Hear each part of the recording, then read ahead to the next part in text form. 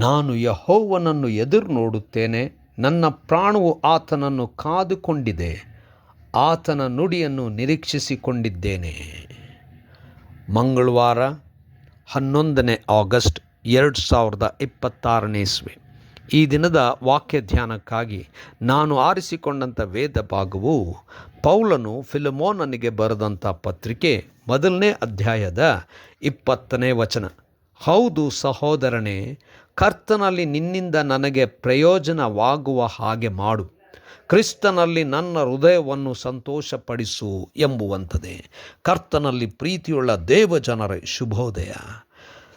ದೇವರ ಕಾರ್ಯವನ್ನು ಅಂದರೆ ಸಮಾಧಾನಪಡಿಸುವಂಥದ್ದು ದೇವ ಸೇವಕರನ್ನು ಸಂತೋಷಪಡಿಸುವಂಥದ್ದಾಗಿದೆ. ಕರ್ತನ ನಾಮಕ್ಕೆ ಸ್ತೋತ್ರವಾಗಲಿ. ಕರ್ತನಲ್ಲಿ ಪ್ರೇರೆ ಈ ವಾಕ್ಯ ಧ್ಯಾನ ಮಾಡೋಣ. ಈ ದಿನದ ವಾಕ್ಯ ಧ್ಯಾನದ ಶೀರ್ಷಿಕೆ ಹೃದಯವನ್ನು ಸಂತೋಷಪಡಿಸು. ಕರ್ತನಲ್ಲಿ ಪ್ರಿಯರೇ, ಪೌಲನು ಫಿಲೆಮೋನನಿಗೆ, ತನ್ನ ಸ್ನೇಹಿತನಿಗೆ ಈ ಪತ್ರವನ್ನು ಬರೆಯುತ್ತಿದ್ದಾನೆ. ಬರೆಯುವಂಥ ಉದ್ದೇಶ ಬಹಳ ಸ್ಪಷ್ಟವಾಗಿದೆ.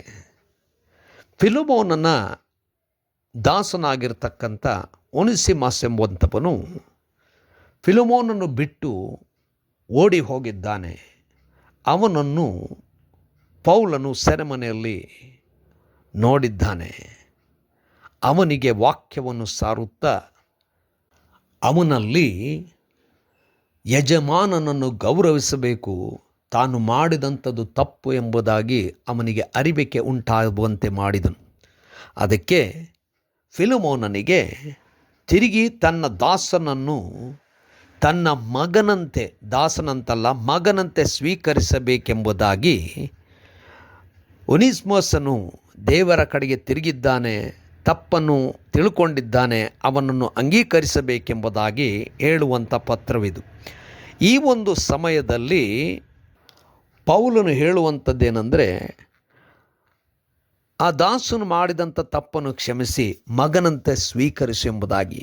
ಅದೇ ರೀತಿಯಲ್ಲಿ ದಾಸರು ತನ್ನ ಯಜಮಾನನ ಬಳಿಗೆ ಹೋಗಬೇಕೆಂಬುದಾಗಿ ಅವರಿಬ್ಬರನ್ನು ಸಮಾಧಾನಪಡಿಸುತ್ತಾ ಸಂಧಾನಪಡಿಸುತ್ತಾ ಒಂದಾಗುವಂತೆ ಮಾಡಿದನು.